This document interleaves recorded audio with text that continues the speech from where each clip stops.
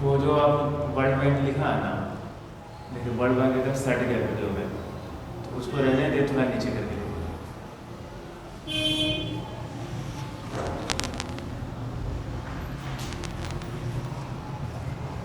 तो समझ रहे हैं वर्ल्ड बैंक टॉपिक है। तो हम लोग क्या समझे कि वर्ल्ड बैंक जो था, जितने भी वर्ल्ड वार से इफेक्टेड कंट्री था, उसको फाइनेंशियल सपोर्ट के लिए एक इंस्टीट्यूशन आया, ऑर्गेनाइजेशन आया, वो आया वर्ल्ड बैंक। इसके लिए लाया जाता है किसको, IBRD के, international Bank for reconstruction development, फिर से उसको रिकंस्ट्रक्ट कर दिया जाए, फिर से बना दिया जाए। और ये जब भी देगा तो लॉन्ग टर्म लोन देगा to undeveloped country for developing, यानी कि डेवलपिंग के लिए देगा, अनडेवलप्ड कंट्री के लिए। ये जब भी देगा लॉन्ग टर्म देगा। साथ साथ इसका मोटिव क्या होगा, पॉवर्टी को रिड्यूस करना। मेन इसका मोटिव क्या है, poverty, reduce poverty and person का जो स्टैंडर्ड लिविंग है उसको इंक्रीज करने के लिए, इन्हेंसिंग करने के लिए आपको कौन आया, वर्ल्ड बैंक आया। ये अक्सर जो देता है, ये जो लोन देती है अक्सर इंफ्रास्ट्रक्चर डेवलपमेंट के लिए, जैसे वाटर सप्लाई के लिए, डैम बनाने के लिए, ठीक है, रोड, हाईवे, ओवरब्रिज, ये सब बनाने के लिए लोन प्रोवाइड करती है। जब भी देगा लॉन्ग टर्म के लिए लोन देगा। साथ साथ बहुत ऐसा जो पुअर कंट्री है उसको फ्री ऑफ कॉस्ट में इंटरेस्ट देगा, मतलब कि ये इंटरेस्ट भी नहीं लेती है। हालांकि इसके लिए ऑर्गेनाइजेशन बनाया गया जो कि IBRD का कई ग्रुप है, ठीक ना।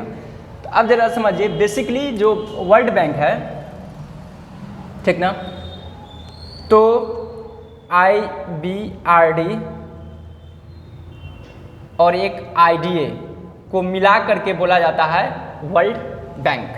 क्या समझे, IBRD और IDA को मिला करके बोला जाता वर्ल्ड बैंक। आपको क्वेश्चन कई बार पूछा गया है कि IBRD and IDA are also known as तो वर्ल्ड बैंक है। इन दोनों का मिला दिया जाए तो उसको वर्ल्ड बैंक बोला जाता है। दोनों का अपना अपना मोटिव था, क्योंकि जो वर्ल्ड वार से इफेक्टेड था उसको रिकॉन्स्ट्रक्ट के लिए बनाया गया। ये हो गया इंटरनेशनल डेवलपमेंट एसोसिएशन, इसका पूरा नाम हो गया इंटरनेशनल, फिर फुल फॉर्म भी लिखाएंगे, अभी शॉर्ट में ही लिख रहे हैं, इंटरनेशनल डेवलपमेंट एसोसिएशन, ठीक है। इसका एस्टेब्लिशमेंट हुई थी 1944 में हुआ था, ठीक है। और IDA इंटरनेशनल डेवलपमेंट एसोसिएशन का एस्टेब्लिशमेंट हुई थी 1960 को हुआ था। यहाँ तक समझ रहे हैं। अब जरा समझिए, वर्ल्ड बैंक को आपको मेंबर बनना पड़ेगा। अगर आप मेंबर बनेंगे, इसका मेंबर कंट्री भी कितना होगा, 189 मेंबर कंट्री है। अब कहिए क्यों, हाँ, क्योंकि आपको वर्ल्ड बैंक का आप मेंबर बनेंगे तो उससे पहले आपको इंटरनेशनल मॉनेटरी फंड को मेंबर बनना पड़ेगा। यदि आप इंटरनेशनल मॉनेटरी फंड का मेंबर बन गए तो स्वतः इटसेल्फ आप अपने आप को वर्ल्ड बैंक का मेंबर हो गए, क्योंकि ये मेंबर कंट्री को ही क्या देती है, इंटरेस्ट प्रोवाइड करती है, उसी को वो इंटरेस्ट करते हैं, लोन प्रोवाइड करती है, फाइनेंशियल सपोर्ट देती है, अदरवाइज नहीं। क्योंकि आप जिसका मेंबर नहीं रहेंगे तो आपको क्यों वो सपोर्ट करेगा, ऑब्वियसली है। हर चीज़ में पार्टिसिपेट नहीं करेंगे, उसको समय पर साथ नहीं देंगे तो फिर आपको क्यों साथ देगा। तो वही कॉन्सेप्ट है यहाँ भी। तो 189 है, क्या समझे कि वर्ल्ड बैंक को मेंबर बनने के लिए आपको IMF का पहले मेंबर बनना पड़ेगा। यदि आप IMF का मेंबर बन रहे हैं तो वर्ल्ड बैंक का स्वतः आप मेंबर बन जाएंगे। एग्जाम में भी पूछा जाएगा, क्या जो कंट्री IMF का मेंबर है क्या वो वर्ल्ड बैंक का भी मेंबर है, तो होगा, क्योंकि जब रूले है कि इसका बनिएगा तो अपने आप बन जाएगा, तो ऑब्वियसली है। इसलिए देखिएगा, आपको प्रीवियस क्लास में हम डिस्कस किए थे कि IMF का मेंबर कंट्री कितना, 189 है। तो देखिए इसका भी 189 है, ठीक है। तो ये यहाँ तक वर्ल्ड बैंक का ये हुआ। इसका हेडक्वार्टर देखिए कहाँ है, तो इसका हेडक्वार्टर जो है, IMF का हेडक्वार्टर जो है, नहीं, हेडक्वार्टर इसका होगा वाशिंगटन DC, वाशिंगटन DC। ये कहाँ पे, USA में है। वो जिनेवा जो था स्विट्जरलैंड में, वो तो वर्ल्ड ट्रेड ऑर्गेनाइजेशन अंटार्ड, इसका वह जिनेवा में है, ठीक है, स्विट्जरलैंड पड़ता है वो। तो ये हो गया हेडक्वार्टर वाशिंगटन DC में है, ये USA में पड़ता है, इसका हेडक्वार्टर वहीं पे है। अब आगे बढ़ते हैं। अब देखिए, वर्ल्ड बैंक अकेला अपने आप को काम नहीं करती है। वर्ल्ड बैंक अपना 5 ग्रुप इंस्टीट्यूशन बना रखा है, उसी ग्रुप इंस्टीट्यूशन के साथ मिलकर के काम करेगा। तो इसको 5 ग्रुप क्या है वो जरा हम लोग को समझना पड़ेगा। साथ साथ तो वर्ल्ड बैंक का 5 ग्रुप मेंबर कौन कौन सा है वो जरा देखना है। साथ साथ देखिए वर्ल्ड बैंक का और कौन सा काम होगा, ये तो पॉवर्टी को, लेकिन मेन इसका फंक्शन वही है कि पॉवर्टी को रिड्यूस करना, स्टैंडर्ड लिविंग को इंक्रीज करना। साथ साथ क्या है, जो इंटरनेशनल लेवल का बैलेंस ऑफ पेमेंट है उसमें भी इम्प्रूवमेंट करना है, उसको इक्वल करना भी इसका काम है। हालांकि उसको चेंज करना IMF देती है उसके लिए, लेकिन होता है कि आपको पैसा दे दिया जाएगा तो अपने आप क्या है, इंफ्रास्ट्रक्चर बढ़ेगा तो एक्सपोर्ट बढ़ेगा, तो बैलेंस ऑफ पेमेंट भी कहीं ना कहीं बैलेंस बना रहेगा, ठीक ना। तो ये भी इसका ये है। अब इसका क्या देखिए, वर्ल्ड बैंक का जो 5 ग्रुप मेंबर है वो कौन कौन सा है वो समझिए, उससे क्वेश्चन भी आता है, आईडीए के भी बारे में बताएंगे। अब हाँ लिख लीजिए पहले,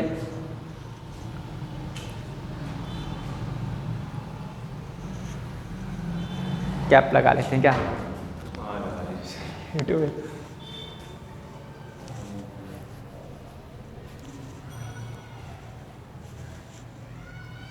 इसको नोट कर लीजिए पॉइंट को।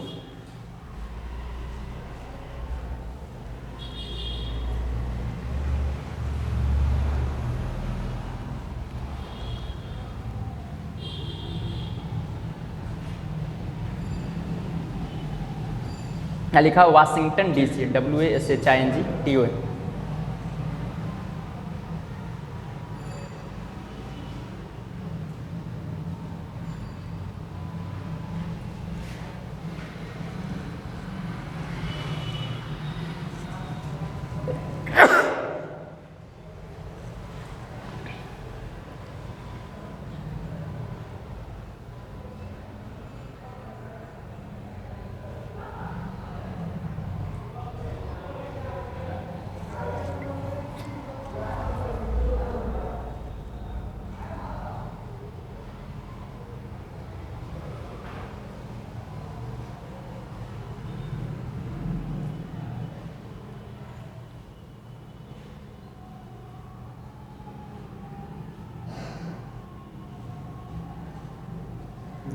ठीक हो गया नोट। तो अब जरा इसका ग्रुप मेंबर पे डिस्कस हम लोग कर ले रहे हैं वर्ल्ड बैंक का।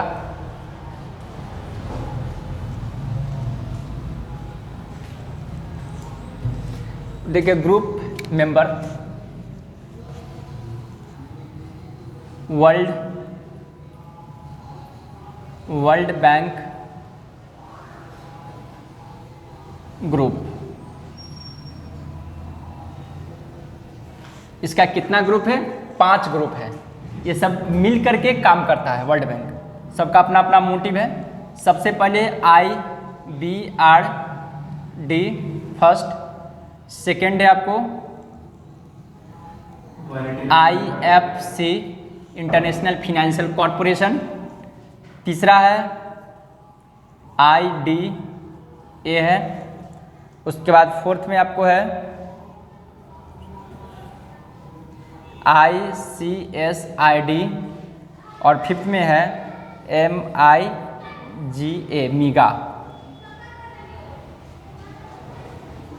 अब देखिए सबका अपना अपना ये है। ये एस्टेब्लिशमेंट हुई थी 1944 में, IFC हुई थी 1956 में हुई थी, ये हुई थी 1960 में हुई थी, ये हुई थी 1966 में हुई थी, ये हुई थी 1988 में हुई थी।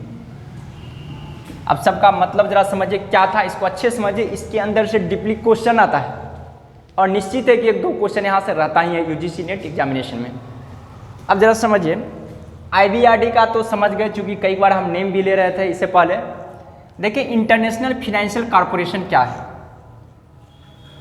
चूँकि वर्ल्ड बैंक जब बना था उसका मोटिव ही था कि पूरे वर्ल्ड जो इसका मेंबर कंट्री है डेवलप कर जाए, क्या पॉवर्टी रिड्यूस कर जाए, स्टैंडर्ड लिविंग बढ़ जाए।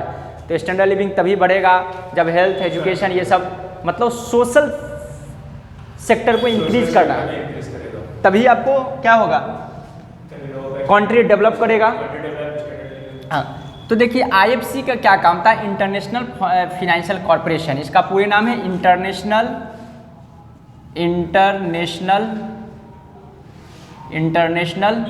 फाइनेंशियल कॉरपोरेशन, फाइनेंशियल कॉरपोरेशन, ठीक, क्या नाम है, international financial corporation.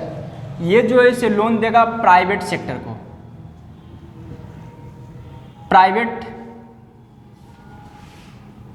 Private sector को इंक्रीज करेगा, प्राइवेट सेक्टर को प्रमोट करने के लिए लोन प्रोवाइड करती है। आपको हमेशा कई बार यूजीसी नेट ने क्वेश्चन किया है कि इनमें से कौन सा ऐसा वर्ल्ड बैंक का मेंबर है जो प्राइवेट सेक्टर को लोन प्रोवाइड करती है या फंड प्रोवाइड करती है, तो आईएफसी, इंटरनेशनल फाइनेंशियल कॉरपोरेशन। कई बार आ गया क्वेश्चन, आईएफसी जो है क्या वर्ल्ड बैंक आईएफसी को कहा जा सकता है? तो नहीं, ग्रुप है वर्ल्ड बैंक का बट वर्ल्ड बैंक नहीं। हाँ, बट आपको क्वेश्चन क्या, इनमें से कौन है जिसको वर्ल्ड बैंक बोला जाता है? तो हमेशा याद रखिएगा आईबीआरडी और आईडीओ को मिला करके वर्ल्ड बैंक बोला जाता है, और इस 5 ग्रुप इंस्टीट्यूट ऑफ ग्रुप को मिला करके वर्ल्ड बैंक ग्रुप बोला जाता है। अच्छा सर, ये जो ग्रुप सीरियल वाइज है, ठीक, आगे पीछे भी हो सकता है, कोई दिक्कत नहीं? कोई दिक्कत नहीं, लेकिन डेट तो हम डेट याद रखने के लिए सीरियल वाइज लिखे हैं। वो बात है, हाँ, यानी अगर मिस्टेक अगर आगे पीछे हो गई तो कोई दिक्कत नहीं, कोई दिक्कत नहीं। हाँ, डेट के लिए हम सीरियल लिखे हैं ताकि बच्चे लोग को याद करने में इजी रहेगा। हाँ, और देखिए इंटरनेशनल फाइनेंशियल कॉरपोरेशन, ये जब भी होगा तो प्राइवेट सेक्टर को प्रमोट करने के लिए लोन प्रोवाइड करती है, ठीक है। अब देखिए आईडीए जो बनाया गया है, ये सबसे ज़्यादा, इससे क्वेश्चन अभी तक आया है, international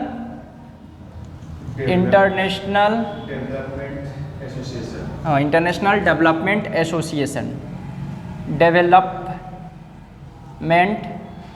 association,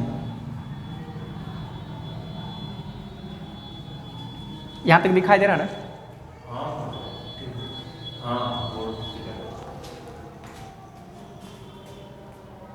international development association.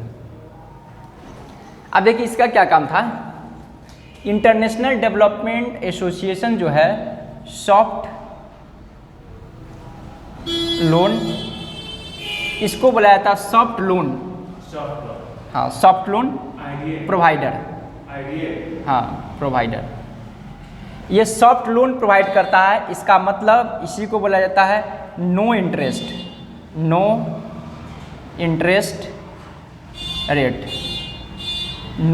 Rate, उसके बाद कंसेशनल रेट,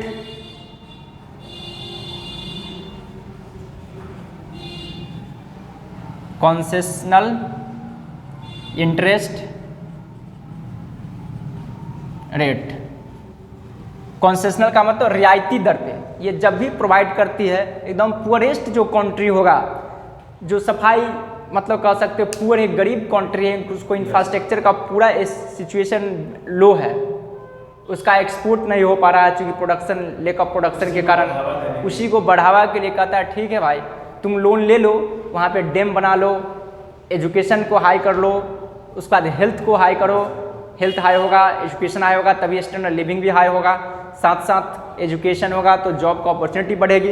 इसलिए क्या करेगा, ये दे देगा आपको सॉफ्ट लोन। कभी कभी पूछा जाता है सॉफ्ट लोन का मतलब क्या होता है, तो नो इंटरेस्ट रेट या कंसेशनल इंटरेस्ट रेट को बोला जाता है सॉफ्ट लोन, ठीक है। ये जब भी देता है तो लॉन्ग टर्म के लिए देगा, शॉर्ट टर्म के लिए नहीं, तभी तो, हाँ, चूँकि इसका लॉन्ग टर्म जब लोन देगा, लॉन्ग टर्म के लिए देगा तभी किसी को भला हो पाएगा क्या, नहीं तो कहेगा भाई ले लो और एक साल में पैसा रिटर्न कर दो, तो क्या उसको भला होगा। क्योंकि डैम वगैरह, हेल्थ, एजुकेशन, इंफ्रास्ट्रक्चर को डेवलप करने में तो बनाने में ही कई साल लग जाती है, ठीक ना। इसलिए इसका मेन मोटिव था ये आपको लोन दे दो। इंटरनेशनल डेवलपमेंट एसोसिएशन को सॉफ्ट लोन प्रोवाइडर है, नो इंटरेस्ट रेट है, कंसेशनल इंटरेस्ट रेट है, कंसेशनल रियायती दर पे कुछ, हाँ, जैसे कि है कि एकदम बिलो है, पुअर है, उससे थोड़ा अच्छा है तो उसको थोड़ा कंसेशनल लेगा, 0 समथिंग। भाई जब हम आपको सर्विस प्रोवाइड करें तो उसका बदले तो कुछ मिलना चाहिए, 0.5 हाँ, तो ये कंसेशनल रेट होता है। समझ गए यहाँ तक। ICACD देखिए क्या चीज़ है, इसका फुल नेम है इंटरनेशनल, लिखते चलिएगा, इंटरनेशनल सेंटर, हाँ, centre, international centre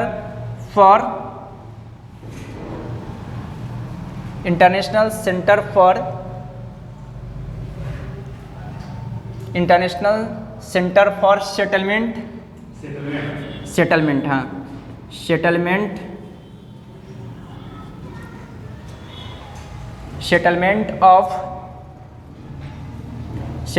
of investment and dispute, investment and dispute,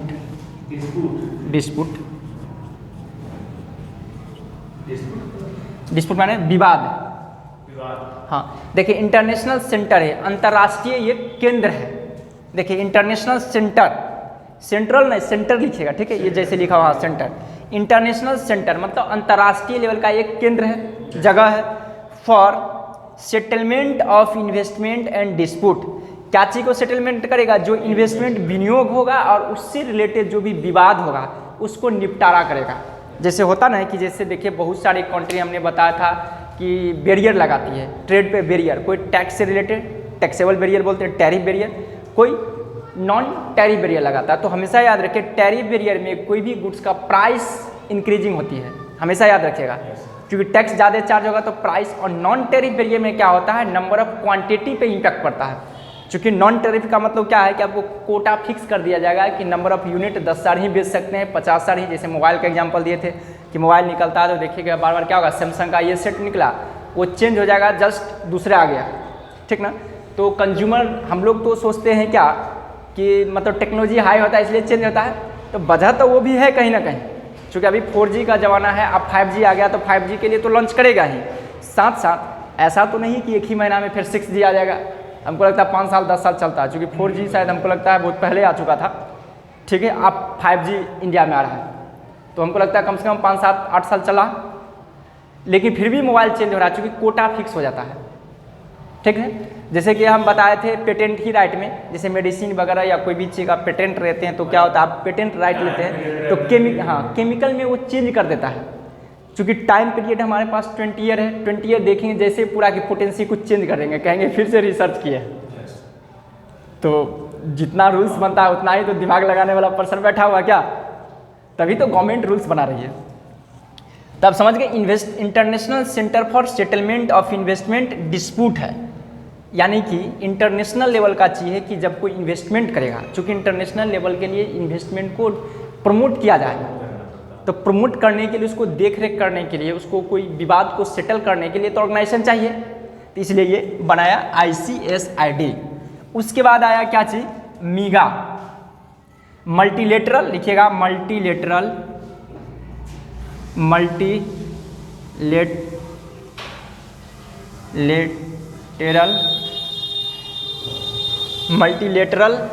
investment guarantee agency, investment guarantee, हाँ, GUARANT गारंटी एजेंसी, गारंटी, हाँ। अब देखिए ये क्या करेगा, multilateral investment guarantee agency, multilateral का मतलब कई, और इन्वेस्टमेंट विनियोग, देखिए यहाँ भी विनियोग था, यहाँ भी देखिए, यहाँ विनियोग से रिलेटेड जो विवाद था उसके लिए बनाया गया था।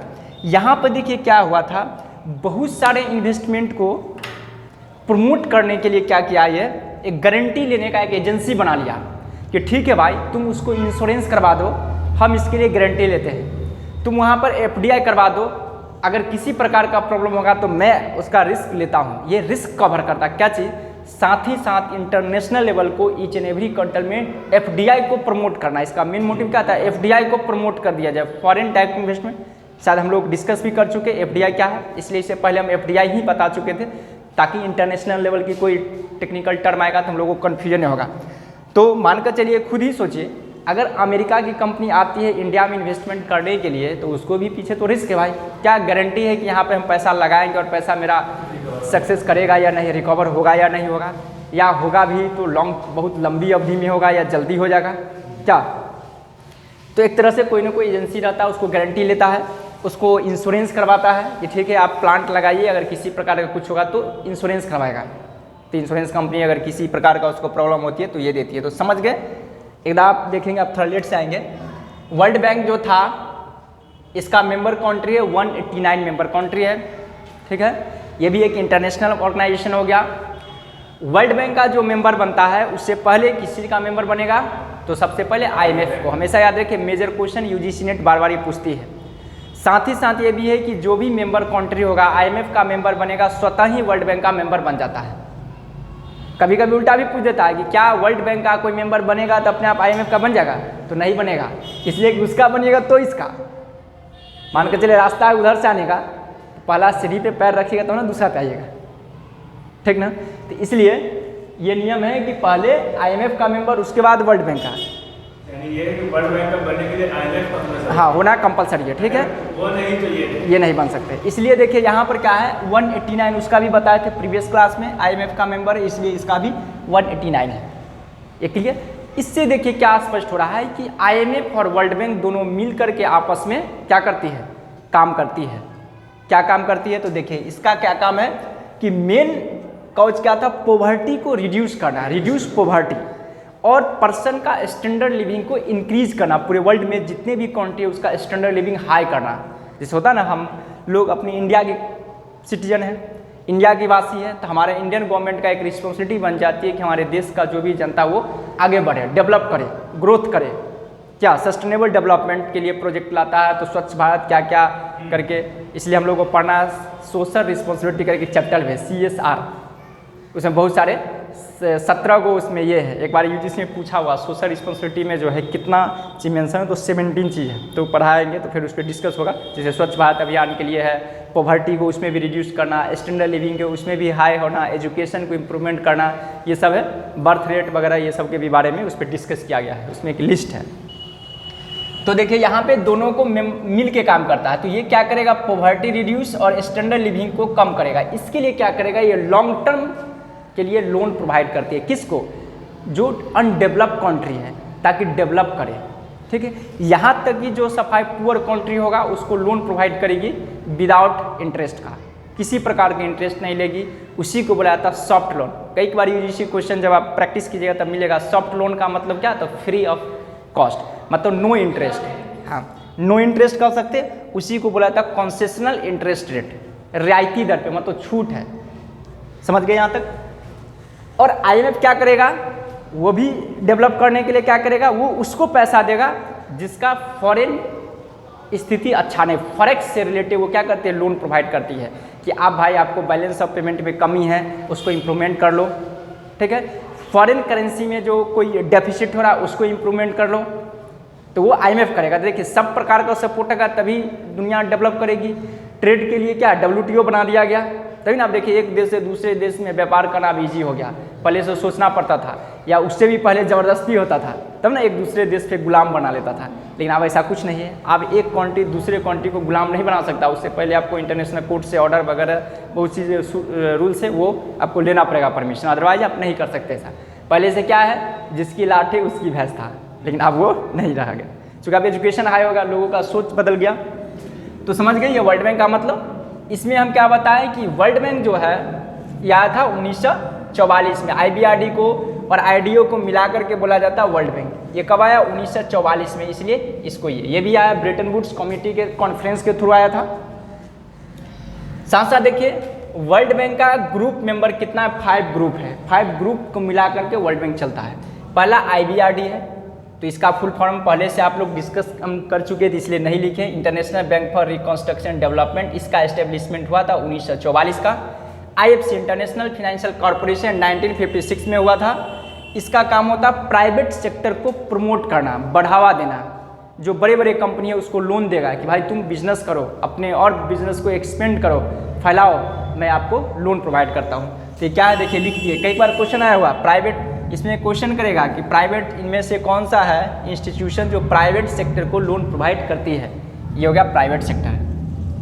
IDA इंटरनेशनल डेवलपमेंट एसोसिएशन, इसका काम है लॉन्ग टर्म लोन प्रोवाइड करेगी, साथ साथ और इंटरनेशनल फाइनेंशियल में ये भी याद रखेगा ये शॉर्ट टर्म के लिए लोन प्रोवाइड करती है। यहाँ पर ब्रैकेट में लिख लीजिएगा, क्योंकि प्राइवेट कंपनी को दे रही है तो कंपनी को भाई ठीक है पैसा लो, आपका काम है प्रॉफिट कमाना, तो इसलिए प्रॉफिट कमा करके हमको दे दीजिए पैसा, इसलिए शॉर्ट टर्म के लिए यहाँ पर लोन प्रोवाइड करती है। शॉर्ट टर्म, हाँ, तो ये भी एक बार क्वेश्चन आएगा, ऑब्लिक दे करके लिख लीजिए शॉर्ट टर्म। क्वेश्चन करेगा आपको इनमें से कौन सा है जो शॉर्ट टर्म के लिए लोन देती है, तो इंटरनेशनल फाइनेंशियल कॉर्पोरेशन लिख लिए। आईडीए इंटरनेशनल डेवलपमेंट एसोसिएशन बता ही दिए, सॉफ्ट लोन है जो लॉन्ग टर्म के लिए लोन देगी। ये अक्सर पुअरेस्ट कंट्री को देगा, जो अनडेवलप्ड कंट्री है उसको डेवलपिंग करने के लिए देगा, ठीक है। ICSID को आप शायद सुन ही लिए हैं और मीगा का मतलब भी समझ ही गए। अब देखिए बात रहा अब इंडिया के बारे में समझते हैं कि इनमें से किसका मेंबर है। चूँकि हम लोग इंडियन पर्सन हैं तो इंडिया से रिलेटेड तो क्वेश्चन रहेगा ही, पूछेगा कि इनमें से इंडिया किस किस ऑर्गेनाइजेशन का मेंबर है। तो देखिए इंडिया सबका मेंबर है बट ICSID का छोड़ करके, इसको छोड़ करके नो मेंबर। हाँ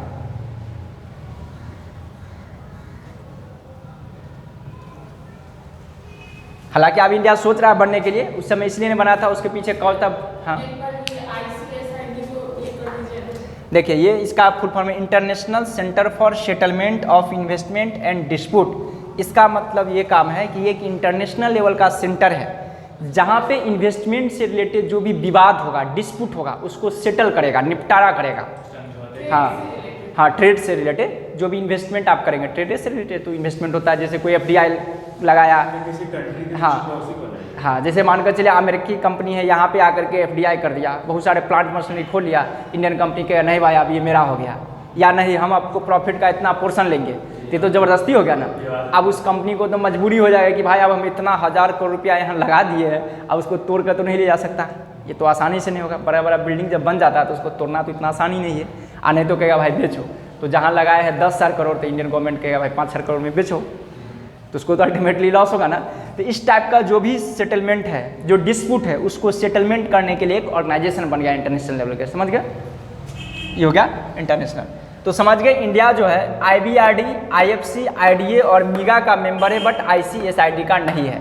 उस समय इसलिए इंडिया नहीं बना था कि बोला था इसमें डेवलपिंग और अंडर डेवलपिंग कंट्री का चलता है, इसलिए इसमें बहुत सारे इशू को लेकर के चला जाता है, इसलिए इंडिया नहीं बना था मेंबर। सर मान लीजिए इंडिया इसका मेंबर नहीं है, तो अगर इंडिया इसको विवाद होता तो ये समझौता नहीं करेगा कौन ये? ICSID। हाँ चूँकि ऐसे भी देखिए तो FDI तो इंडिया समझौता करेगा, ठीक ना, लेकिन होता है कि लोन से रिलेटेड या सपोर्ट उसको नहीं करेगा।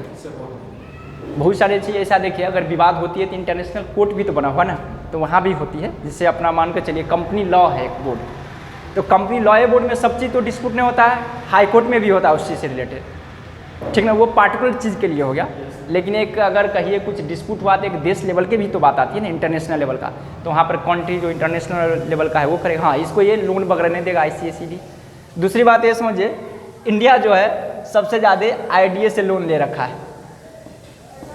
साथ साथ क्या है, इंडिया सभी का फाउंडर ही मेंबर है स्टार्टिंग से, जो शायद हम बनाए थे 1944 में ब्रेटन वुड्स कमेटी हुई थी कॉन्फ्रेंस, तो उस मीटिंग में इंडिया भी बैठा हुआ था, इसका पर्सन भी बैठा हुआ था, समझ गए।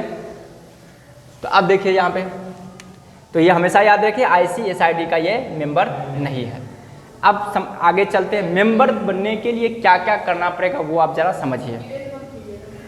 हाँ ब्रेक नहीं करें, मिटाते नहीं है। अब देखिए सबसे पहले इसको मेंबर तो समझ गए कि वर्ल्ड बैंक का जब हमको मेंबर बननी है तो सबसे पहले हमको IMF का मेंबर बनना पड़ेगा।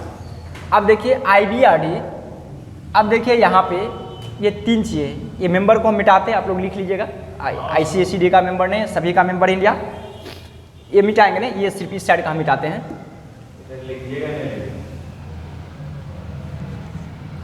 क्योंकि इसी से लिखना है, थोड़ा इसमें कुछ बताना है, इसलिए दोबारा क्यों लिखेंगे, ये रहेगा ही। अब समझिए मेंबर बनने के लिए क्या क्या किया जाता है, किसी जो ऑर्गेनाइजेशन जितना है उसका मेंबर बनने के लिए क्या क्या करना पड़ता है, क्या क्या प्रोसीजर है। हाँ तो देखिए वर्ल्ड बैंक तो समझ गए, उसको मेंबर बनने के लिए IMF का बनना पड़ेगा। अब देखिए इन 3 चीज़ IFC, IFC, IDA और मीगा, ये 3 इंटरनेशनल लेवल का जो ऑर्गेनाइजेशन है, इसका मेंबर आपको बनने के लिए, ठीक है, मेंबरशिप बनने के लिए आपको क्या करना पड़ेगा, IBRD का मेंबर बनना पड़ेगा, ठीक है, कंपलसरी है। क्या समझे? कि यदि हम लोगों को IFC, IDA और मीगा का मेंबर बनना हो तो आपको IBRD का मेंबर बनना पड़ेगा। IBRD का अगर मेंबर बन गए तो वो तो ऑटोमेटिक, ये तो अपने आप बन गए ना, चूँकि उसका तो मेंबर ही बन गए आप, समझ गए।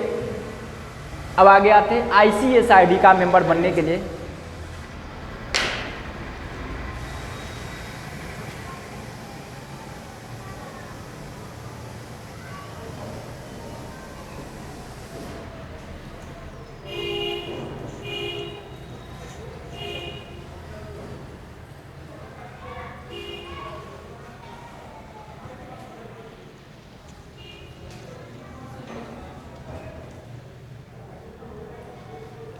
ये देखिए इतने देर में हम पूरे चैप्टर को समरी तैयार कर दिए। जो ये चीज़ 9 पेज में मिलेगा, तो जब समझ गए तो उसको एक बार रीड मार दीजिएगा, उसको क्वेश्चन प्रैक्टिस कर लीजिएगा, तो आपको हमको नहीं लगता है इसमें कोई प्रॉब्लम आएगा।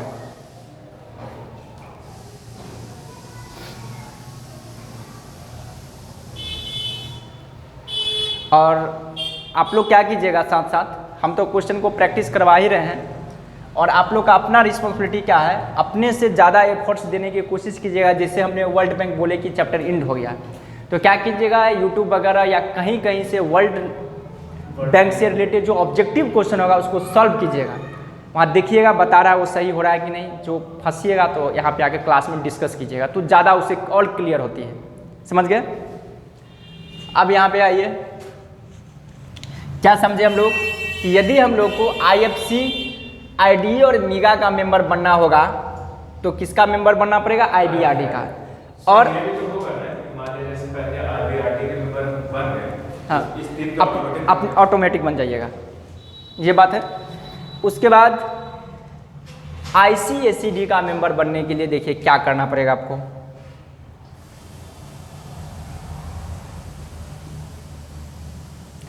ICSID का मेंबर बनने के लिए ICSID का एक होता है एडमिनिस्ट्रेटिव काउंसिल, उसको आपको इन्फॉर्म करना पड़ेगा, ठीक है।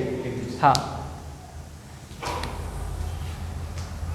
हालांकि रहने दिए, नहीं हो लिखने चलेगा, इसमें लिख दिए इस चीज़ को, हम बता दे रहे हैं ओरली इसमें। देखिए ICSED का मेंबर बनने के लिए क्या करना पड़ेगा आपको, ICSED को एक एडमिनिस्ट्रेटिव काउंसिल होता है उसको इन्फॉर्म करना पड़ेगा, पहली बात। दूसरी बात, इंटरनेशनल जस्टिस ऑफ कोर्ट से आपको इन्विटेशन करना पड़ेगा कि हम इसका मेंबर बनने जा रहे हैं। तो ये इसका प्रोसीजर है। एकदम हम क्या करते हैं, ये नोट्स का रीडिंग मार रहे हैं ताकि कुछ हो सकता है छोटा बड़ा होगा तो यहाँ पर डिस्कशन भी हो जाएगा। हाँ, एक चीज़ छूट गया है, इसका जो बोर्ड ऑफ डायरेक्टर है लिख लिया Jim Yong king, Jim Yong, हाँ,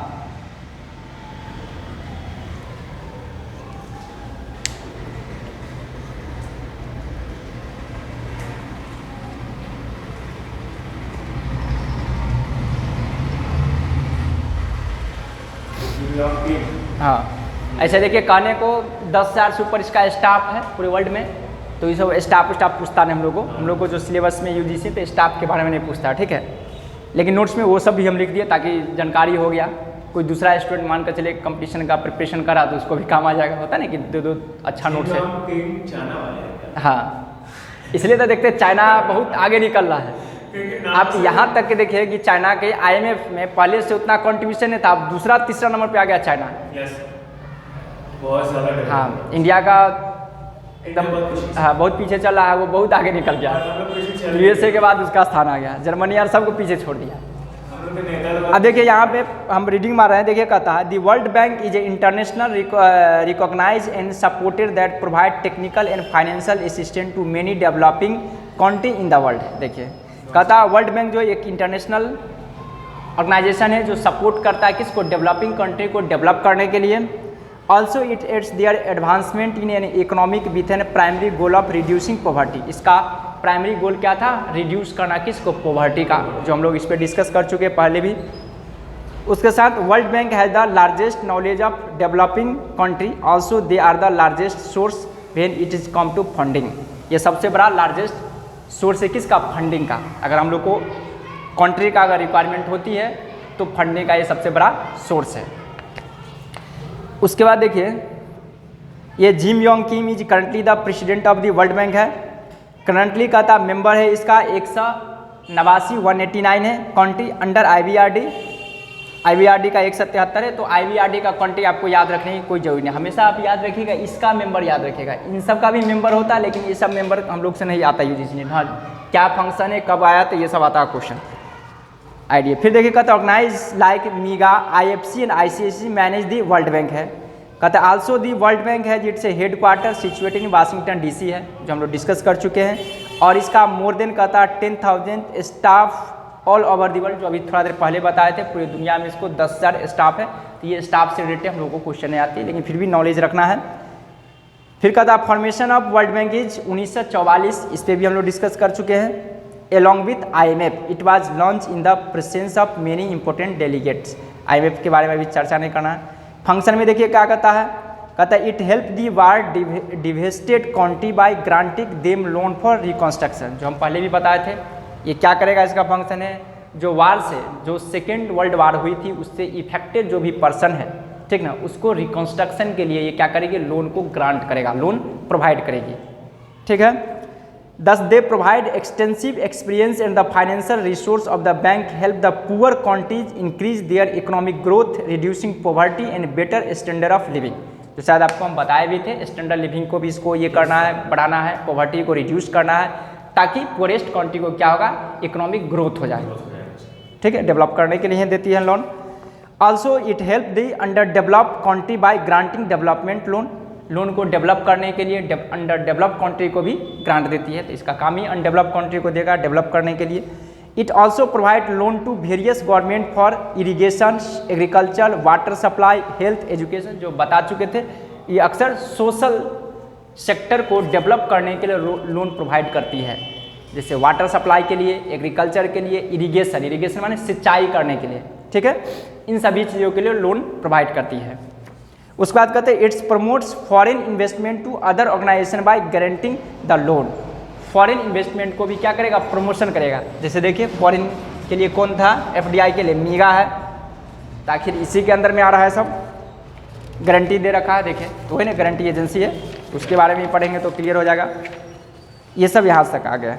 फिर देखिए यहाँ से वर्ल्ड बैंक ग्रुप के बारे में कहता है हिस्ट्री, कहते हैं कि the United Nation Monetary and Financial Conference also known as the Bretton Woods, इसी को बोला था Bretton Woods conference, held in 1944 led to the formation of the International Monetary Fund IMF in 1945 and the International Bank for Reconstruction and Development in 1944। जो हम बताए थे दो बना था, हम मिटा दिए, सारा पहले लिखे थे। ये जब बना था तो सबसे पहले IBRD बना था 1944 में और IMF 1945, दोनों को बुलाया था ब्रेटन वुड्स कॉन्फ्रेंस के थ्रू बना है, ठीक है।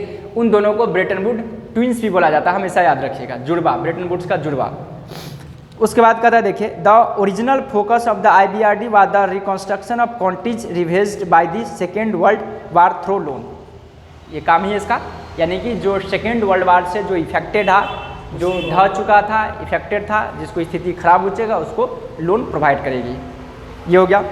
Gradually there was a shift from reconstruction to development with a particular emphasis on infrastructure, power grids, roads and transport, dam, ये सब, यानी कि रोड, ट्रांसपोर्ट, डैम्स, मतलब ये लॉन्ग टर्म का लोन प्रोवाइड करती है। जैसे होता क्या है कि देखिए ये लोन देती है किस सेक्टर में, डैम वगैरह। देखिएगा बहुत सारे ऐसा कंट्रीज को डैम वगैरह नहीं होता है, ठीक है, तो ये कहती है कि भाई तुम क्यों नहीं डैम बनाते हो, तो ये कहेगा कि भाई उसमें तो 10,000, 20,000, 50,000 करोड़ रुपया लगता है, हमारे पास कहाँ से, हम अपनी जनता को पहले खिलाने के लिए सोचेंगे डैम वगैरह बनाए। तो कहेगा ठीक है, आप एक काम कीजिए, जहाँ पे 10,000 करोड़ रुपया लग रहा है तो 6-7 हज़ार करोड़ रुपया हम देते हैं, कुछ अपने जेब से पैसा लगाओ और डैम बना दो। आपके यहाँ रोड का स्थिति खराब है, कुछ मैं पैसा देता हूँ, कुछ आप दीजिए पैसा और अपना रोड बनाइए। जैसे अभी देखिए इंडिया में बहुत जगह नेशनल हाईवे बन रहा है, अब खुद अपने आप को सोच कर देखिए कि इतना पैसा कहाँ से आ रहा है। हमको लगता है 100 किलोमीटर बनता होगा, उसी में कई हज़ार करोड़ रुपया लग जाता होगा, इसलिए कि लैंड को एक्विजिशन करना, उसका पैसा दीजिए। हमको लगता है 10 फीट 15 फीट मिट्टी भराता है, इतना ना नीचे चौड़ वगैरह में बनता है रिमोट एरिया में, तब सोच कर देखिए एक जगह मिट्टी भरने में कई ट्रक लग जाती है, क्या मजदूरी चार्ज अलग, उस पर आप गिट्टी बालू क्या क्या करके पिचिंग होगा, कितना खर्च होगा, उसका डेकोरेशन करने में, फिर पार्टीशन करने में और ग्रीन करने के लिए पेड़ पौधा लगाइए, प्लांटेशन, तो काफ़ी कॉस्ट आती है। क्या इंडिया में ईच एंड एवरी प्लेस पे अभी देखिएगा ये बन रहा है। तो कहीं ना कहीं ये सब क्या है, ये सब प्रोजेक्ट आता है। उसके पास क्या, मेरे पास इतना पैसा बचा हुआ फंड में, अब क्या करो, लोन प्रोवाइड कर दो। क्योंकि वो पैसा रख कर तो अगरबत्ती तो नहीं दिखाएगा, कहीं ना कहीं यूज करेगा, किसी न किसी कंट्री का ही देगा। तो जो बचा हुआ है वो सबको देगा। जैसे अभी देखिए अपने बिहार की बात कहिए तो आज से पिछले 10 साल पहले जाकर देखिए और अभी जाकर देखिए गांव का स्थिति बहुत इम्प्रूवमेंट किया है रोड वूड के मैटर में। तो कहीं ना कहीं आ रहा है फंड। तो ये यहाँ तक हम लोग समझ गए।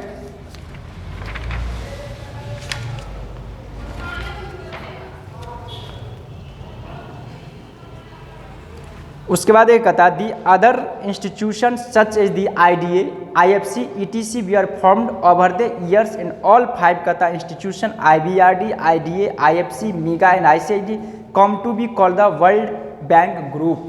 हमने बताया था कि देखिए इन पांचों को मिला करके क्या बोला जाता है, वर्ल्ड बैंक ग्रुप बनाया जाता है, यानी कि बोला जाता है। फिर एक कहता है international Bank for reconstruction development IBRD form हुआ 1944, जो हमने डेट लिख दिया यहीं पे। IBRD इतना works providing loan grant and credit, India is member of IBRD। हमने बता भी दिया है कि इंडिया इसका मेंबर भी है। क्यों? क्योंकि हम तो एक ही लाइन में बताया था, इसका छोड़ के सबका मेंबर है। उसी चीज़ को देखिए बोला है 1944 में बना है, इसका वर्क है providing loan grant credit, India is member of IBRD। ठीक है यहाँ तक। उसके बाद इंटरनेशनल डेवलपमेंट एसोसिएशन IDA 1960 है, ये है। कहता देखिए वर्क है प्रोवाइडिंग लोन और no interest loan to poor country, India is a member of IDA, है ना। देखिए सॉफ्ट लोन प्रोवाइडर है, नो इंटरेस्ट रेट है, कॉन्सेशनल इंटरेस्ट रेट, तीनों चीज़ जो बोला जाता है यहाँ लिखे। यहाँ पर 3 चीज़ हमने लिखे, एक ही चीज़ सिर्फ लिखे हैं, लोन पुअर कंट्री है, नो इंटरेस्ट लिखे हम सिर्फ। तो हमेशा याद रखें मेजर पॉइंट है, कई बार क्वेश्चन, ये क्वेश्चन कई बार आया हो, सॉफ्ट लोन इसमें से कौन प्रोवाइड करता है, तो IDA। कई बार ऐसा पूछा गया कि सॉफ्ट लोन किसको बोला जाता है, तो नो इंटरेस्ट को बोला जाता है सॉफ्ट लोन। ठीक है, ये हमेशा याद रखिएगा। यहाँ पे हम मेंशन नहीं किए लेकिन यहाँ पे बता दिए। उसके बाद कहता है इंटरनेशनल फाइनेंशियल कॉर्पोरेशन, देखिए कॉर्पोरेशन IFC बना है 1956 में, देखिए हमने लिख दिया है इंटरनेशनल फाइनेंशियल कॉर्पोरेशन। यहाँ हम सीरियल वाइज लिखे ताकि याद रहेगा, यहाँ आगे पीछे हो गया है, क्योंकि टाइपिंग जखनी होता है तो आगे पीछे भी होता है। इंटरनेशनल फाइनेंशियल कॉर्पोरेशन 1956 है। देखिए कहता है work providing investment advisory and assets management service to foster private sector investment. यहाँ आपको क्या याद रखना, प्राइवेट सेक्टर। ये क्या करेगा, इंटरनेशनल फाइनेंशियल कॉर्पोरेशन जो होता है प्राइवेट सेक्टर को लोन प्रोवाइड करेगी। इसका इस्टेब्लिशमेंट हुई थी 1956 में हुई थी। ठीक है, साथ साथ एसेट्स को मैनेजमेंट करेगी, इन्वेस्टमेंट करेगा, उसके बाद एडवाइस देगा इन्वेस्टमेंट के बारे में। अब देखिए यहाँ पे कहता है इंटरनेशनल फाइनेंशियल कॉर्पोरेशन हो गया।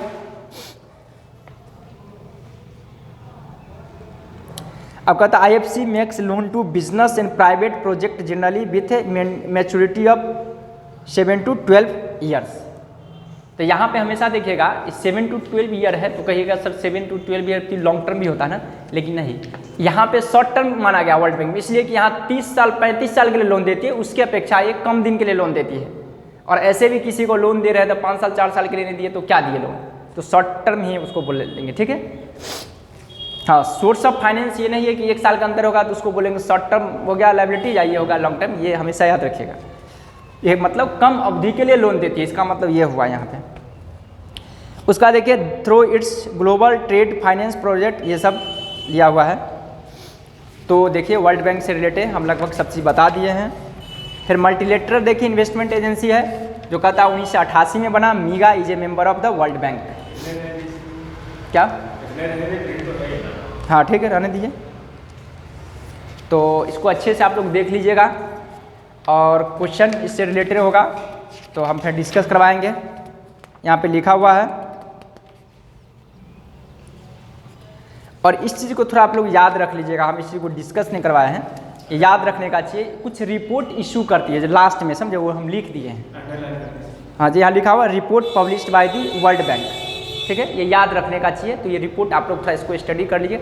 ऐसे ज़्यादातर पूछा जाता है वर्ल्ड, ये क्या है, IMF के बारे में, जो उसका जो वर्ल्ड आउटलुक निकालता है वो, ठीक ना, वो ज़्यादातर पूछा जाता है। और एक अंकटाड जब पढ़ाएंगे तो इसका कभी कभी पूछा था रिपोर्ट, ठीक है। तो यहाँ हम लिख दिए, एक दफ़ा खाली देख लीजिएगा ताकि ऑप्शन आपको मिलेगा यूजीसी नेट में, तब इसको टिक आउट कर सकते हैं, ठीक है। लेकिन ज़्यादातर पूछता है IMF का जो रिपोर्ट है उसमें 2 है, उसके बाद अंकटाड में ज़्यादातर अंकटाड ही निकालता है। अभी जो कोरोना वायरस हुआ था इंडिया के बारे में निकाला था और पूरे वर्ल्ड के लिए निकाला था। जो इस बार का जो इकोनॉमिक्स है कई वर्षों के बाद सबसे स्थिति खराब रहा, ग्रोथ रहा, मतलब इसका जो GDP है बहुत नीचे गिर गया। FDI बहुत ज़्यादा नीचे गिर गया है, 2005-4 के आसपास जितना था उस तरह से हो गया FDI। और इंडिया के बारे में एक चीज़ बताया है कि यहाँ इन्वेस्टमेंट करना चाहिए कि 5-10% बढ़ने का चांस है 21-22 में, ठीक है। पूरे वर्ल्ड में इंडिया को एक थोड़ा ये दिया था स्थिति अच्छा, तो खैर क्यों ना दे, इसलिए कि जितना डेवलप है उसमें तो सबसे ज़्यादा कोरोना वायरस था।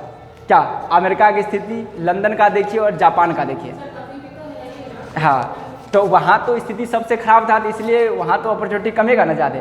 और उस सब के बाद तो इंडिया का ना स्थान आता है क्या, और इंडिया ऐसे भी पूरे वर्ल्ड में सबसे डेवलपिंग के मैटर में सबसे नंबर 1 पे चलता है, इसका ग्रोथ रेट सबसे ज़्यादा चलता है, ठीक है। तो थैंक्स, नेक्स्ट क्लास में इसको डिस्कशन होगा। आप लोग जीरोक्स करवाएंगे तो इसको ले लीजिए, जीरोक्स करवा लीजिएगा। कितना देर का क्लास हुआ है?